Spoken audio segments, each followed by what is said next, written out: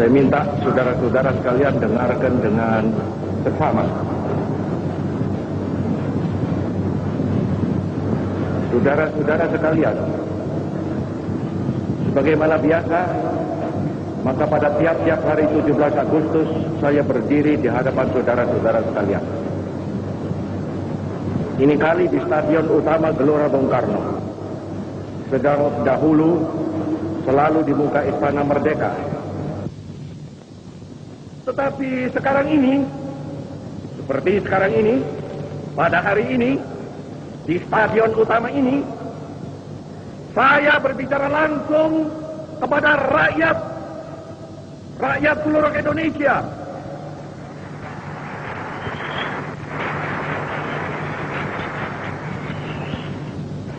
Bahkan juga langsung kepada seluruh dunia, dari timur sampai ke barat, dari utara sampai ke selatan.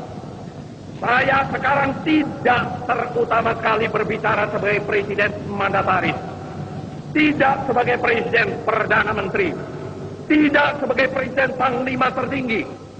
Saya berbicara di sini sebagai penyambung lidah rakyat Indonesia.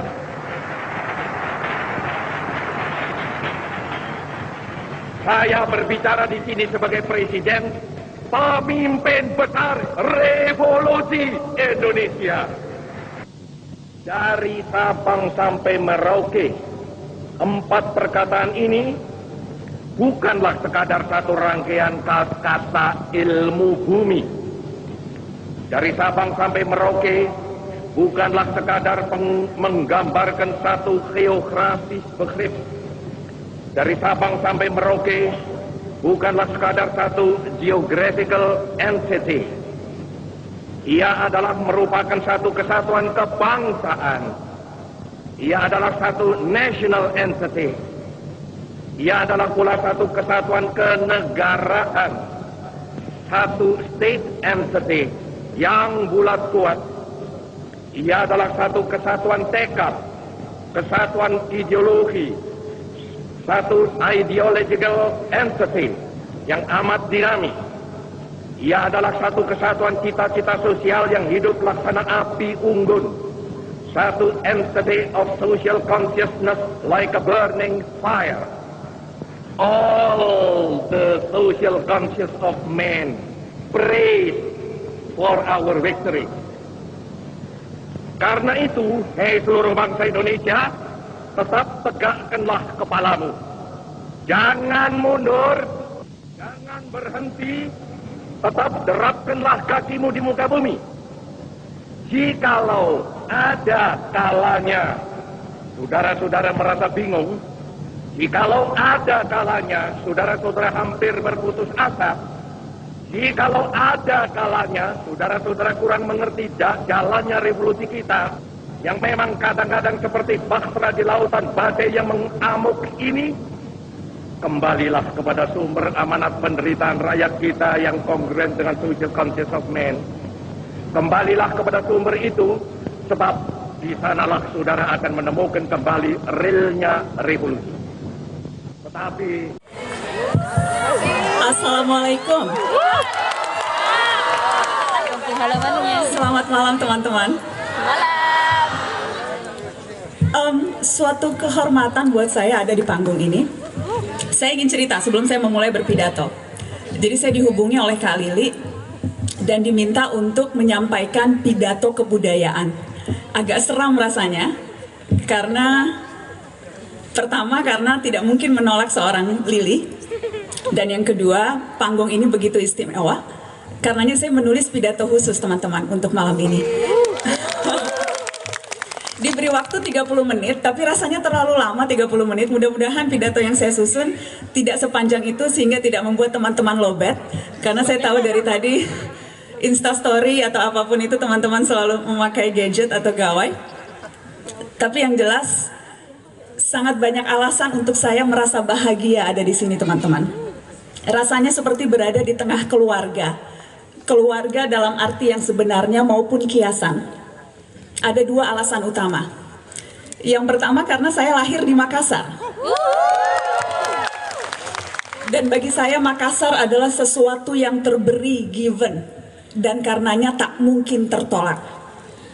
Lagi pula untuk apa menampik kenyataan dilahirkan di kota yang begitu indah dengan sejarah panjang yang merentang hingga ratusan tahun silam seperti kota tercinta Makassar.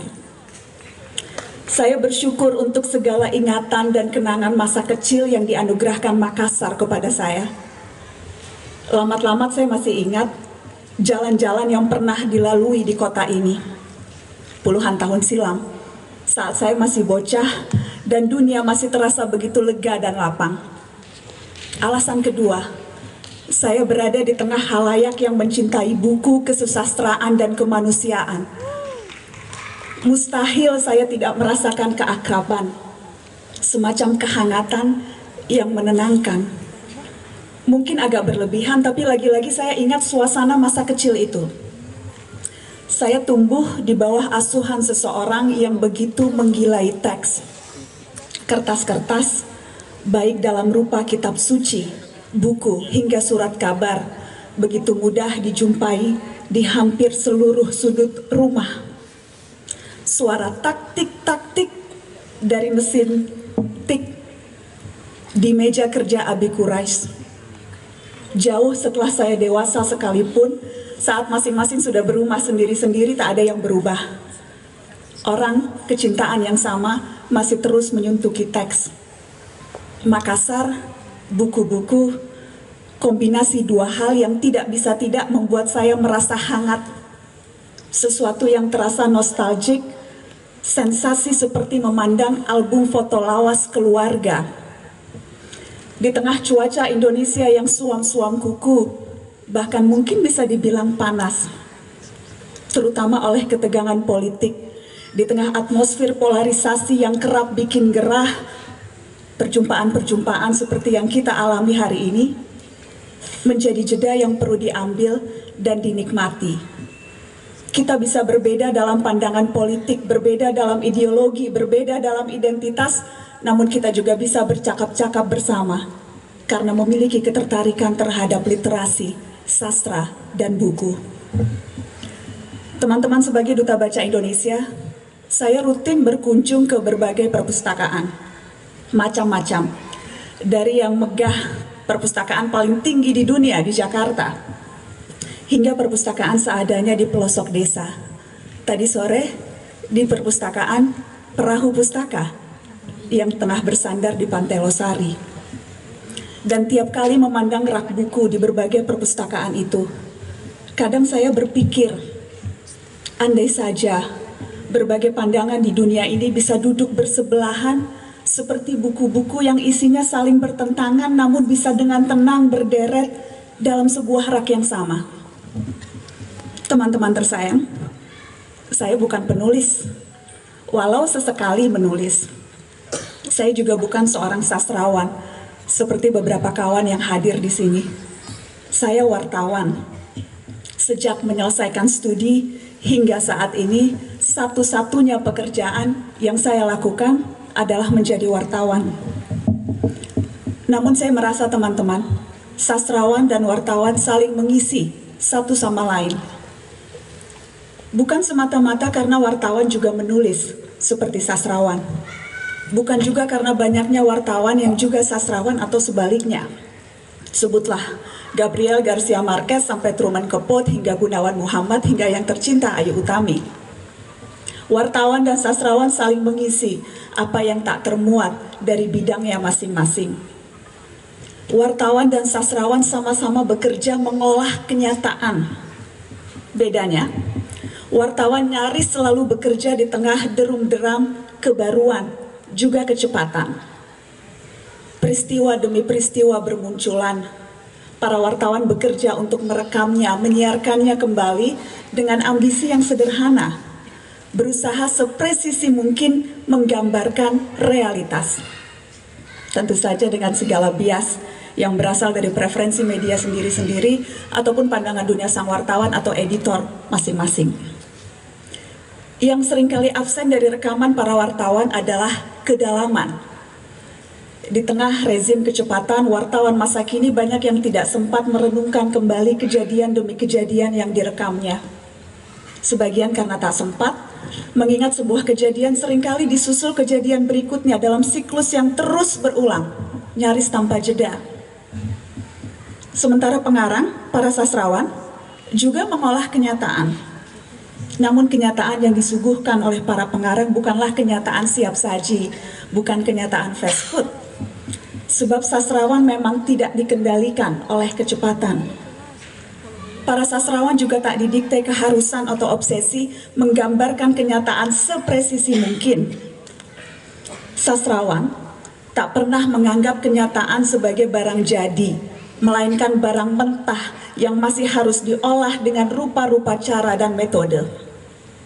Kenyataan bagi sastrawan tak ubahnya tanah lempung yang leluasa diolah balik, ditatah ulang, dianggit kembali. Melalui proses itulah penghayatan atas kenyataan dapat diperoleh dan kedalaman dapat dinikmati. Karena tiap bidang itu meninggalkan celahnya masing-masing, tidak sedikit kerjasama berlangsung di antara keduanya, wartawan dan sastrawan. Teman-teman yang saya hormati, Makassar International Writer Festival tahun ini bertepatan dengan momen 20 tahun reformasi. Bukan waktu yang sebentar. Namun bagi mereka yang mengalaminya langsung, apalagi mereka yang terlibat dalam gelombang perubahan pada tahun 98 itu, rasanya baru kemarin peristiwa yang mengubah Indonesia itu terjadi. Tapi benarkah reformasi 98 itu mengubah Indonesia?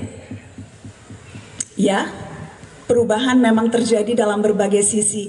Kita bisa menikmati kebebasan yang sebelumnya hilang selama Orde Baru. Kini siapapun bisa mendirikan partai tanpa dituduh subversif. Siapapun bisa mendirikan institusi pers tanpa perlu embel-embel siup dan cemas dengan pemberedelan. Demonstrasi bisa dilakukan dengan leluasa. Selain presiden sekarang bisa dipilih langsung oleh rakyat, kini presiden pun tak bisa lagi berkuasa seumur hidup.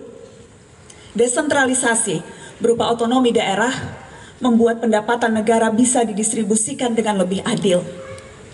Itulah sederetan perubahan penting yang membuat Indonesia lebih demokratis, dan semuanya dimungkinkan berkat reformasi 98. Namun teman-teman, nampaknya sejumlah hal belum berubah, jika bukan malahan bertambah parah.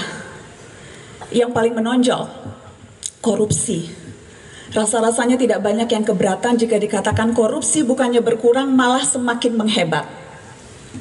Gus Dur, presiden yang hatinya seluas samudra, pernah mengungkapkan anekdot yang menggambarkan fenomena korupsi yang kian gila-gilaan.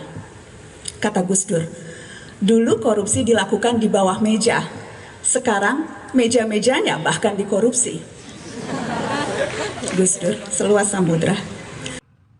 TNI akan setia dan menjunjung tinggi Sumpah Prajurit yang tadi disampaikan oleh Bapak Presiden. Bagi kami, kesetiaan kepada Negara Kesatuan Republik Indonesia yang berdasarkan Undang-Undang Dasar 1945, Pancasila, adalah sendi utama yang melekat erat pada setiap jiwa dan raga prajurit TNI.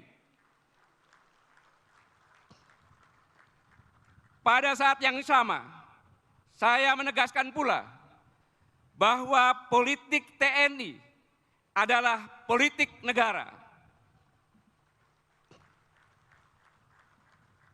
Politik yang diabdikan bagi tegak kokohnya Negara Kesatuan Republik Indonesia, yang di dalamnya terangkum ketaatan pada hukum, sikap yang selalu menempatkan kepentingan rakyat di atas kepentingan manapun, serta taat kepada atasan, yaitu Presiden Republik Indonesia yang dipilih secara sah sesuai dengan konstitusi. Sekali lagi, jangan ragukan TNI kesetiaannya.